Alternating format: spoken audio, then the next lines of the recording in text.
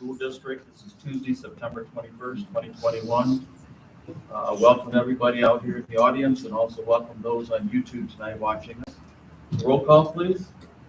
Mr. Linder? Here. Mr. Moore? Here. Mr. Ritzenthaler? Here. Mrs. Schellinger? Here. Mrs. White? Here. Let's stand for the pledge, please.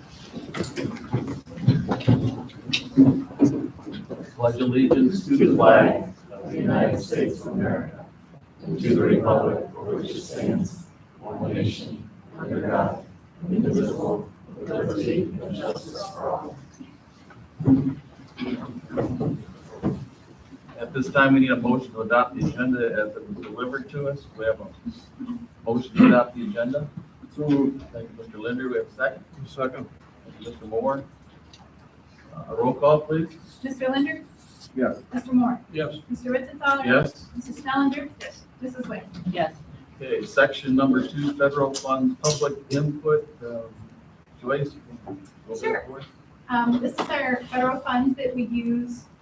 We have a variety of federal funds, and they do different things in our district.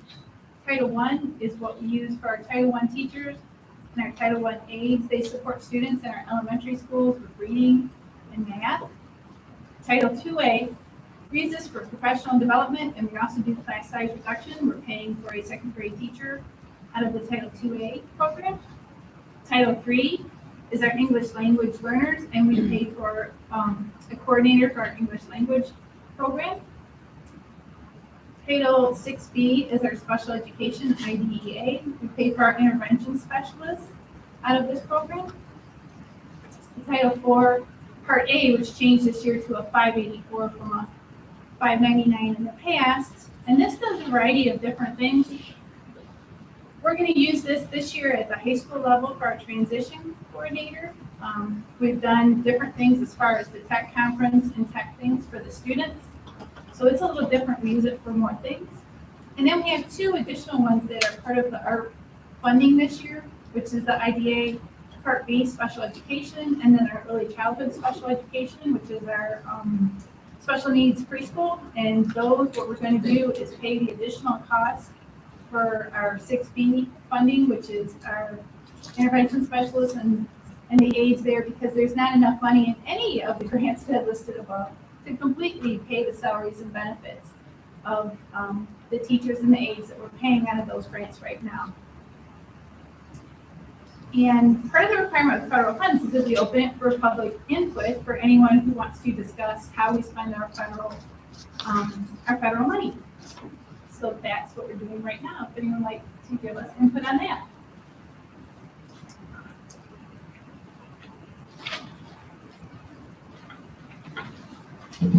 Yes. Okay. All right, thank you.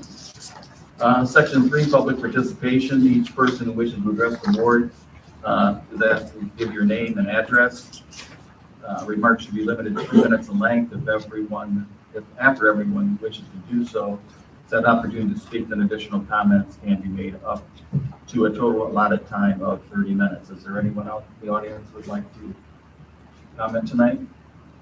Is it just on the federal fund or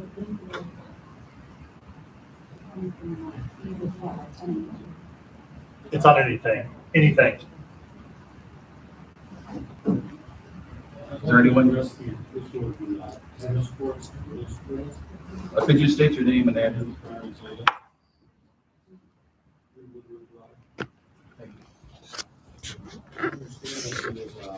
Motion to begin construction of the tennis courts this fall. I'd like to propose a plan to first review this to determine the water drainage that will be impacted by putting finished tennis courts on that part of the property. Because we have property next to it that has low water. Historically is affected by water drainage. We've not seen any water drainage plan. The current courts are also subject to inappropriate water drainage. If there were to be a construction that would affect the water, it would be time to figure out how to tile that land and our land. Second thing that's apparent to me is that the current tennis courts are currently being neglected. This plan is stated to continue to neglect the courts. I'm questioning what the rationale there is. Why would we build new courts while we're neglecting the old courts? The third point I would raise is that we're going to build new tennis courts, this being Norwalk, Ohio. Seems it would be more appropriate for the school to have indoor tennis courts that could be used year round rather than outdoor courts that are hardly used. And I'm wondering if this can be addressed, this motion tabled until we can further address all these issues. It seems like we're putting the cart before the horse here. I know it's great, they raised a lot of money, but we don't really, it seems that this plan is a sort of cobbled together plan rather than being a plan with foresight.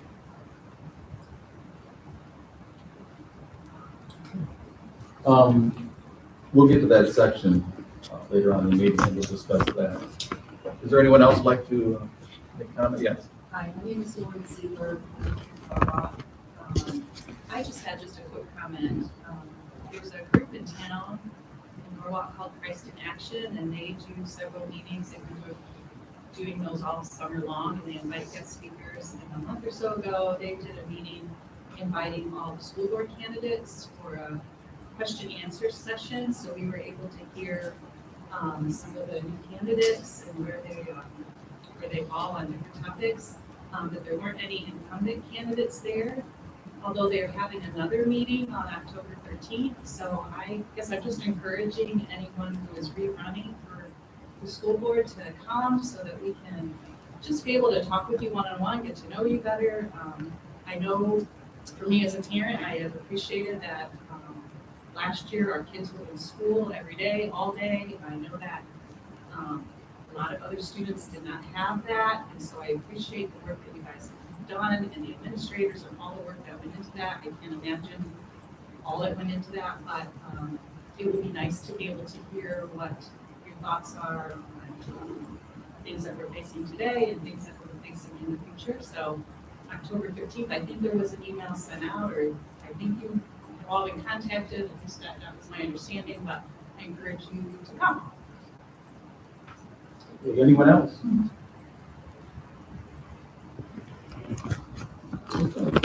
Thank you. Treasurer's report. Okay, we have two sets of minutes. We have the regular meeting, August 10th, special meeting, August 21st. We then have the August 2021 financial reports. There's not a lot that actually happened in August that we need to report on. We do have our financial statements prepared for fiscal year 21, which ended June 30th. Those are on the website too, if anyone would like to go over them. The next step on that is the state auditor's office will come in and audit the financial statements and all of our processes. Next, we have our fiscal 22 permanent appropriations, and we have changes to our amended certificate, which is prepared from the tax budget to increase some of our grant funds. Like we've been talking, the 572, which is the Title I, 516, special ed IDEA fee, the 587, which is the early childhood preschool, 590, and the 401, which is the auxiliary money that goes to Norwalk Catholic. That is goes through us to Norwalk Catholic from the state. Then we have our PNC rebate of $240.20 that we received in August of 2021. The state auditor's office had recommended, and the legislature changed the law for the way school districts use credit cards, and we have to report any rebates, rewards, anything like that that we get from our credit card. We are part of the OASBO benchmark program, and we use the PNC purchasing procurement card, and we're rewarded by the amount of spend on the card, both for us and all other school districts. So we received $240.20. So that just went back into the general fund. Then we have interim deposits. This was our Certificates of deposit, we do multi-bank securities. We did have one mature and we renewed it, bought 2 new ones with that. Auxiliary disposal, Norwalk Catholic had some items, textbooks that were outdated that they wanted to dispose of. Then we have 2 agreements here, which is our Title I pooling. All of our federal funds have what is known as equitable services, which means a portion of our federal funds is set aside for private schools that want to participate. So at Norwalk Catholic and at Somerville Christian School, there is a teacher there for Norwalk resident students that are attending the private schools. And we pool our money with other districts to provide services to those. So that's what this is for, using Title I pooling. Next, we have declaring transportation and practical based on the following factors, which are listed, which are actually all 6 of the factors listed in the revised quote. For 2 students that attend Immaculate Conception in Bellevue, the same thing here, we're required as the public school to provide transportation to any students attending a private school within 30 minutes of the student's home school. So that would be, if these students were assigned to Pleasant, it would be 30 minutes from Pleasant. Well, the cost of transporting 2 students to Bellevue is obviously impractical for us. So instead, we offer the parents payment in lieu. So that's what this is. We're offering them payment in lieu. There were changes to the budget bill that addressed how transportation was done for private schools, which we'll get to later when we look at our policy updates. And one of these was that we needed to readopt this every school year, that we're offering payment in lieu, and it also changed the dollar amount of the payment in lieu to 50% of the annual operating cost per student set by the state of Ohio. So we're not even sure yet exactly how much we're offering them as payment in lieu until the state tells us, but we had to do this.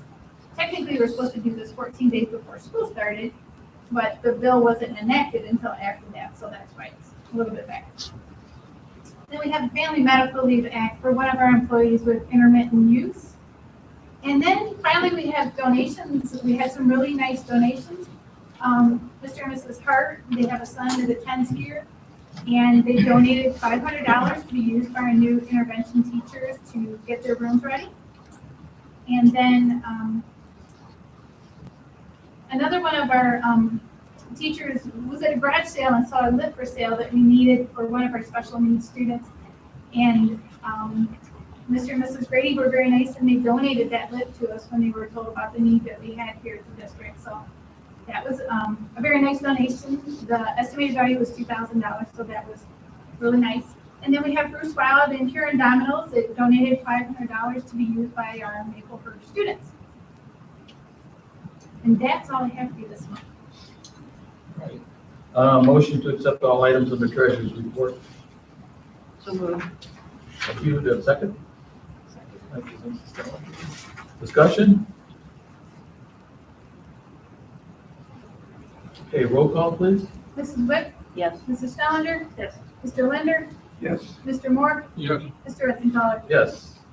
Item number 5, personnel, Mr. Cooley. Yes, under personnel, we have updated robotics advisor descriptions. These are extracurricular activities from Maine, middle, and high school. So those have been in place, but this is defined as to what that position actually looks like. So those are all detailed in the robotics advisor position, Maine, middle, and high. We have stipends for the 21-22 school year, summer credit recovery using ESSER funds for Chris Olson. In 2B, you have mentorship, resident educator program. On the left column is the teacher, either in year 1, 2, and 3. And on the right column, you have the mentor teacher. So that's the experienced teacher who's gone through the process to be a resident educator mentor. That is on the right column. So you have our teachers that year 1 through 3 who have began at Norwalk City Schools. C, you have study tables at Norwalk High School. That continues to be Monday, Tuesday, and Wednesday at Norwalk High School. Listed there are the names of high school teachers that will be assisting with that, starting at 2:30, which is the close of Norwalk High School school day, until 3:30. So that's 1 hour of instruction, 3 of the 5 days that Norwalk High School kids can get that extra help. D, Nick Kish, our new assistant principal. That has been standard fare as assistant principal. getting the title of Director of Alternative Discipline for the 21-22 school year at $2,000. Primarily, that is running Friday school throughout the school year. Middle school and high school is generally the students that we're drawing from. Occasionally, Mr. Ballman will have a kid or two from Main Street that will be a part of that as well, and that's going to be held at Norwalk High School. Follows suit with that same program. Those are teachers that actually help coordinate the actual event when we're holding the Friday school and other forms that may be deemed necessary throughout the school year. Number 3, preferred substitute contracts listed below. Number 4 are the substitutes, both certified and classified. You have the list from Elaine Chappelle to Savannah Studebaker. Number 5, supplemental contracts. Norwalk Middle School, you have Maria Goodside, Robotics Advisor. Main Street, Marcy Burns, Robotics Advisor. And Allison Crooks will be, as a brand new teacher, which is exciting to see, will be our Academic Challenge Advisor at that school. We have one athletic position here. That's a special contract. Number 6, Matt Webb will be a freshman boys basketball coach. And then number 7, which is always great to see, is the number of classroom volunteers that are willing to help in our schools. A lot of you, if you look at that list, you'll know those names because they have helped with our district as teachers, volunteers in the past. So it's great to have that group of people that are willing to help our students as volunteers. So that is the complete list of personnel. Okay, motion to accept all items under personnel. So moved. Thank you, Mr. Moore. Do we have a second? Second. Thank you, Mr. Linder. Any discussion? For the robotics, we have Norwalk Middle School specified and Main Street School specified. Do we have the high school? Yes, we do. Okay, did we already do that? That's what's been done, the Main That's what I Street. thought, okay. I'm just making sure, because I'm like, we listed them there, but So Nate Okay. Whaley has been, that's what, okay. he has been for the last several years Yeah, now. okay. All right, that was my only question. Anyone else? Okay, roll call, please. Mr. Moore? Yes. Mr. Linder? Yes. Mr. Wittenfeld? Yes. Mrs. Bellinger? Yes. Mrs. Wade? Yes. Motion carries 5-0. Next item, Superintendents Reports. Under A1, we have appointing Lisa Wick and Beth Schnellinger to the Capital Conference Board Delegate and Alternate. So we appreciate the 2 board members participating with that. Number 2, under items for approval, we have the board policies as addressed by Mrs. DuPont, EEA, EEAD, which references the student transportation services, non-routine use of school buses. Those are the policies that we have to put in place. Those are boilerplate ones that we have to update each year, so that is direct language from OSBA. A3, this has typically been, you've approved this in the past, has been Nate Whaley taking this trip along with Norwalk High School students. Exciting trip for our kids, going with veterans, going to Washington, D.C. and assisting with that program. So exciting program. We're continuing that. Mr. Whaley is not able to, so Mr. Pickman, being a social studies teacher, is filling that slot for this year. A4, we have the farm lease agreement with the Huron County Commissioners. This is a standard farm lease agreement with the property that's across the street from our high school here. So that is what we've done every year. That's a continuation of that farm lease contract with the individual who's going to actually farm that ground. A5 is Huron County interagency workforce. That's basically working with our county services to help with those that are disabled to transition to the workforce. So it's basically using county services to our best use, financially to our best use for Norwalk City Schools, working with others to make sure that we can transition students into the adult workforce. So very good program to continue with and needing approval with that. A6, Fisher Tice Medical Center Nursing Services Contract Addendum for additional nursing as needed for the 21-22 school year. A large part of that is looking at the concern medically and health-wise what we're having to do. A lot with testing, what we're doing to avoid kids missing school. So we are contracting for a second nurse. Those funds will be paid for not out of general. We'll have funding through one or other sources through wellness that can cover that need. So definitely the need is there now. If any other time, our size district, when you look at other districts our size, not uncommon to have a second nurse in that position. So that is what we're seeking on A6. A7, Norwalk Catholic Schools, Fisher-Times Nursing Services Contract 2122 through North Point. So that's speaking as a shared service, but working through for Norwalk Catholic. That is all I have. All right. Need a motion to accept all items under Superintendents Reports? So moved. Thank you, Mr. Linder. Do we have a second? Second. Thank you, Mr. Moore. Discussion? Roll call, please. Mr. Linder? Yes. Mr. Moore? Yes. Mr. Ritzenthaler? Yes. Mr. Schnellinger? Yes. Mrs. Wade? Yes. Motion carries 5-0. Next item, the Hobie News. Yeah, I've got something. Okay. Well, I'm excited because my meeting was before all this, so. I always hate it, but it's the usually next day morning, after. so. And I believe if things are going correctly for the date, that the 8th grade is currently going to Hobie this week. Checking Hobie out, so. And then October 5th and 6th is the Future Makers, where they have area manufacturers come in and kids, freshmen, I believe, get to go and see what jobs locally we have in the area. So that's always been a big turnout, and more manufacturer companies locally have been asking to be part of it. So if you are not part of it, or you know somebody at work somewhere, have them reach out to Hobie. And then next year, they will be adding a new class, hospitality, which will be added to the culinary arts. Thank you. Next item is legislative report. Anything on that front?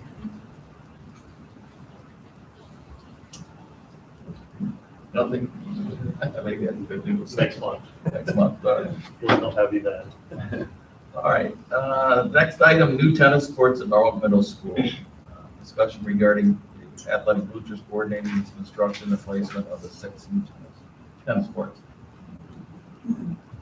Anybody have discussion on that? Any comments to say? I mean, how far is project and stuff? I mean, I don't even know details of it. So when Dr. Zeta mentioned that, so really things haven't. Yeah, we're not there. Yeah. We're not at the point for Yeah. approval. So I Right. know initially we were thinking we would be there. It is still in the hands of the firm that's contracted by us to work. So we do not have the plan. So we're not in position to roll this out and go forward, Dr. Zeta, with it. We're not there. You'll be able to see that. We haven't seen it ourselves. I've been in early discussions with that. And obviously I have a farm background, so I understand what neighbors do can impact what happens on your grounds. So by no means are we looking to put hard services in a place that will impact our neighbors. But we're not in a spot right now for approval. We have not got that back from our firm. So I can't speak to that. I know we're talking drainage, we're talking those things, but the hard specific plans that you want to see, that we need to see, they're not in our hands yet. So we're not ready to say, and that's why we moved that from an approval item for discussion there. When you ask about the shape of those courts, they're in horrendous shape, where if you look at when you get to that point, it costs more to fix those courts up than starting new.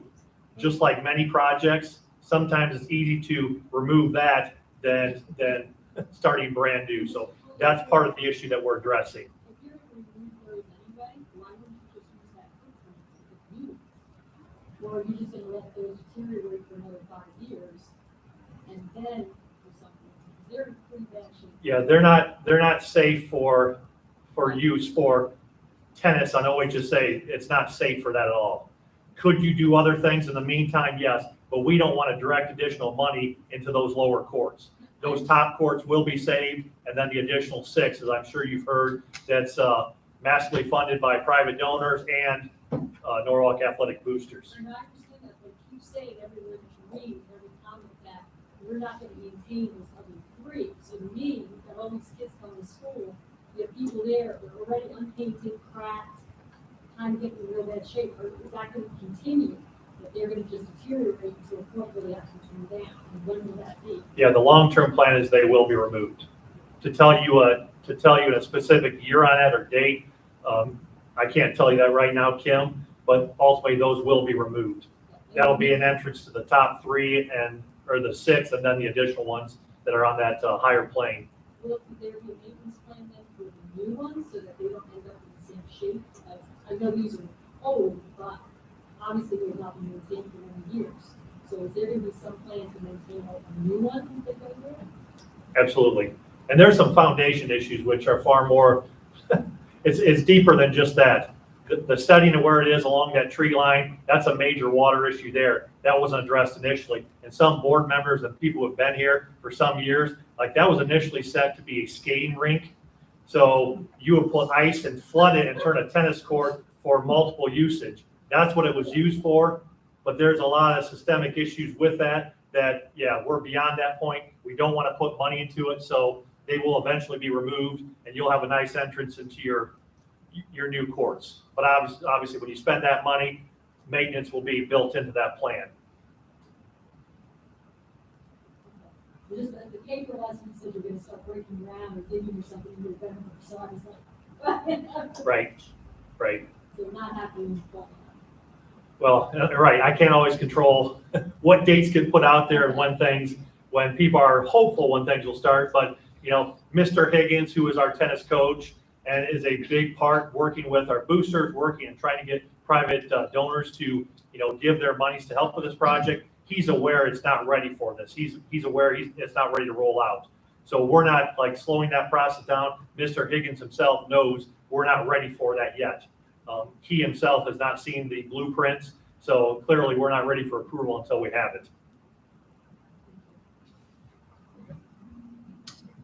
I'd like to add too that once we take the old courts out, it's my understanding they're talking about putting concession stands, restrooms, anything else. And, you know, we have a top-notch football field. By putting a top-notch tennis thing out there, we'll be able to bring in tournaments, other things. So we'll bring in income to the city too by having a more up-to-date facility too. Right.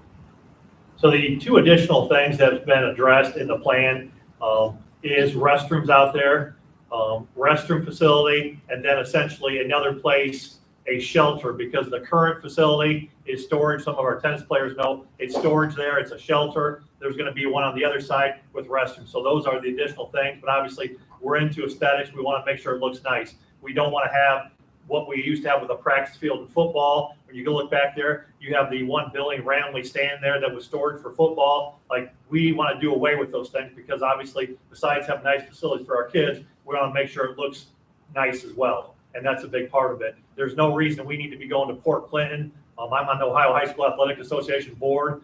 I'm not a tennis coordinator, but those that do it, you know, we're going to Port Clinton. If anyone goes to Port Clinton, you look at their facilities. That's why they are getting those, because they are nice facilities. So when you're spending that money, it's not just a handful of times that girls and boys play in the fall and spring. It is those additional things where you can charge, and you're bringing money into our district as well.